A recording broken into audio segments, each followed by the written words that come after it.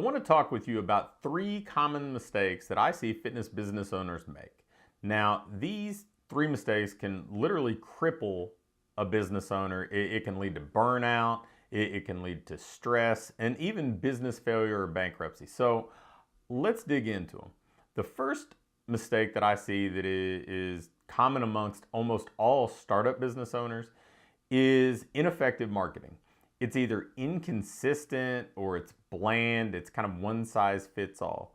Business owners regularly, they'll market their challenges. They'll market their promotions at New Year's, maybe when kids go back to school. They may have 3 or 4 things that they really push aggressively throughout the course of the year, but then the rest of the time, they're just basically drifting. They're not doing any focused marketing. They're not building their email list. They're not doing anything consistent. They're only showing up if they've got a challenge to promote or if they're in desperation mode because they've had a mass exodus of clients.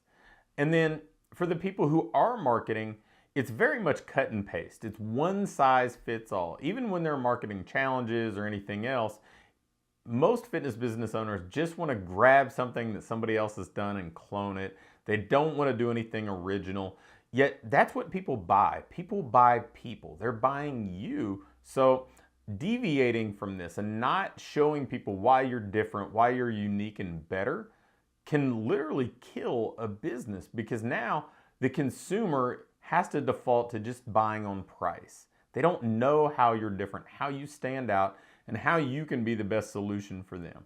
Inconsistent or bland marketing is mistake number 1. And literally, if you don't get past that, you don't even have the opportunity to make any of the other mistakes because your business kind of dies on the vine. Now, the second common business mistake that I see is a lack of follow-up. See, what most small business owners don't understand is that consumers don't make purchases typically when they first indicate an interest in something. Let me explain. So when we first indicate an interest in something that we may do, whether it's join a fitness program or buy a car or purchase a new home or any meaningful decision, we start into this kind of investigative process. We say, yeah, I'm interested in this, so I want to learn more. Maybe it's looking around for reviews online. Maybe it's asking friends for referrals or feedback from their own experiences. Maybe it's just trying to kind of reconcile things in their own mind to decide if this is a good fit for them, if they can budget it, if they can fit it into their schedule. And basically what this boils down to is this kind of gap between somebody first indicating an interest and when they're ready to buy, when they're ready to join your particular program. What happens with most fitness business owners is pretty simple. They post an ad directly to their program. They post an ad to a challenge they're running, to a front-end offer, a short-term program, something like that, and they wonder why people don't buy on the spot. But we lose sight of why people are on, or how people behave on social media in the first place. We see that, if you go through line at a restaurant or something like that, people scrolling through their phone and just kind of glancing at things, that person isn't ready to make a buying decision, make a commitment to come in and work with you 3 days a week and make a meaningful investment and really kind of rearrange their life kind of in the moment. Now, they may be interested and they may click on something to learn more. They may opt in, but they're not ready to decide just yet. But that's how we advertise.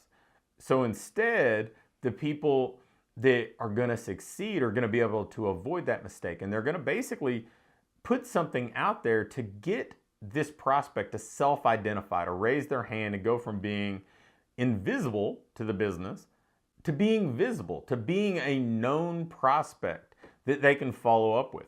Maybe that's a gift, a book, a series of videos, some sort of lead magnet. And then you can follow up. The successful businesses follow up at a high level. They follow up with consistency. They follow up in a multifaceted way, but most businesses don't. Most businesses write people off as tire kickers, as not serious. If they're not willing to buy in the first 48 hours, they're forgotten and we're off to chasing the next person. But great businesses recognize that most people don't make a buying decision in that first 48 or 72 hours. In fact, there's plenty of research to show that most people don't make a buying decision within the first 90 days of being interested in something. So think about what that means. If you're marketing to somebody in the fall and maybe they opted in for your lead magnet, maybe they clicked on your website to just learn more about your program, they're probably not ready to buy today.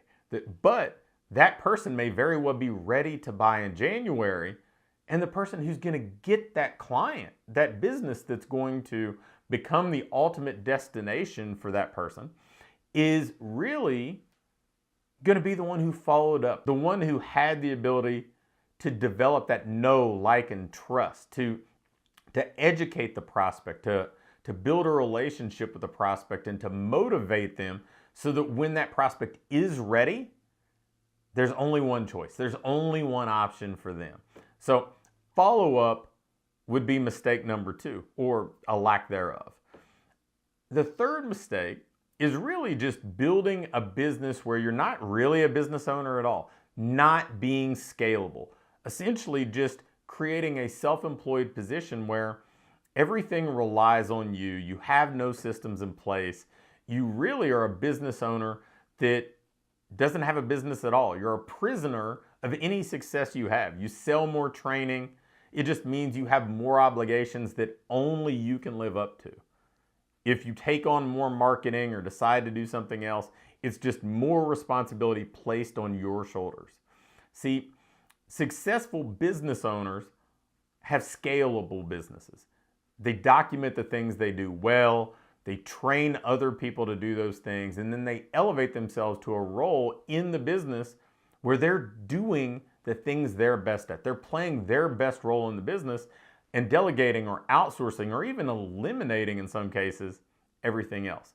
So if you don't have a scale-ready business, that's the time that you need to start to fine-tune things. You need to document those 15 or 20 things that happen in a very consistent way in your business. Everything from designing a training program to delivering a session to answering the phone.